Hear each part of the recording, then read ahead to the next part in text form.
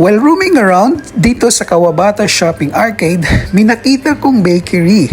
And someone likes breads and pastries, di ko mapigilang pumasok and try some breads. Ang sasarap tingnan at nakakabusog na talaga sa itsura pa lang. Kung pwede lang sana sila kainin lahat, why not, diba?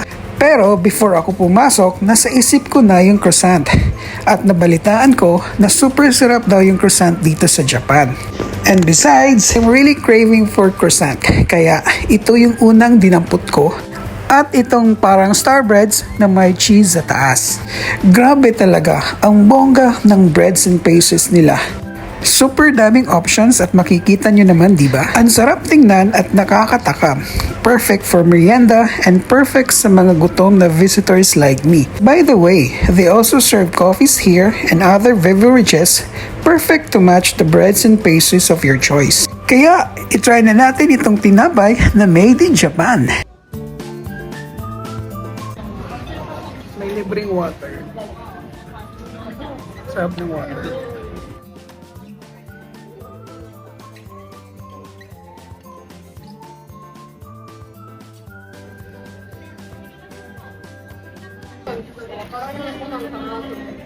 Flaky, malalasahan mo yung butter nila.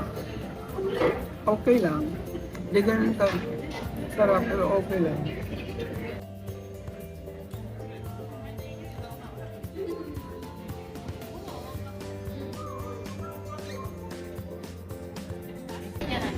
Yung butter na ginamit is premium. Malalasahan mo talaga. Try natin ito.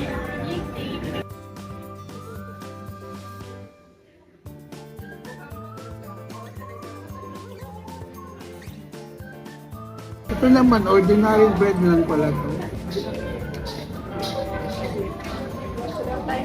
Tapos, cheese cheese. Pero ordinary lang siya.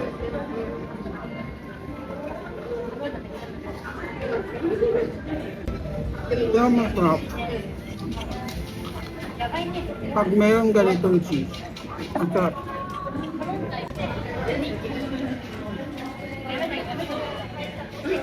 Lalo na yung water nila masarap. Tapos libre na.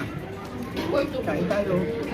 So ayan, tapos na ako. Di ko siya naubos. I-take out ko lang. So, bakit di siya naubos? Di siya ganun kasarap for me. Kasi libre naman yung water tsaka yung ito.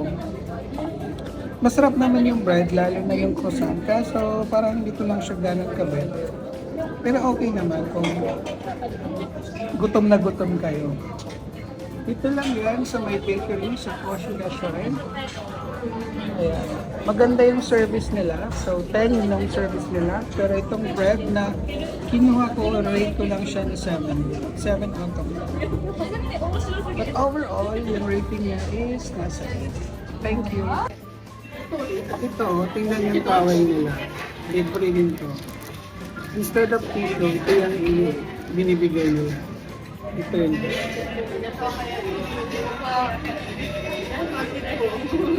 Diba bongga? Dito lang yan sa Fukuoka, Japan. Sa may bakery dito sa Koshida Shrine.